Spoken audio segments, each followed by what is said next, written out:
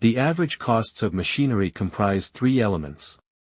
The average depreciation, which is the difference between the acquisition costs in the beginning and the remaining value in the period of the assessment divided by the number of periods between both. The average operating costs, which is the total of the operating costs during the usage duration divided by the number of periods. And the average interest costs, which are the interests for the difference between acquisition costs and the residual value times an interest factor plus the residual value. The interest factor is a function of the interest rate in decimals, abbreviated as Q. The number of usage periods, abbreviated as capital N. And the period of the assessment, abbreviated as small n.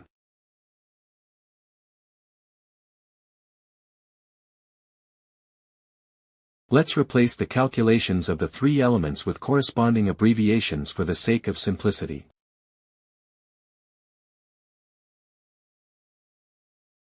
The sum of the three elements gives the average costs for machines per period, that is, usually per year.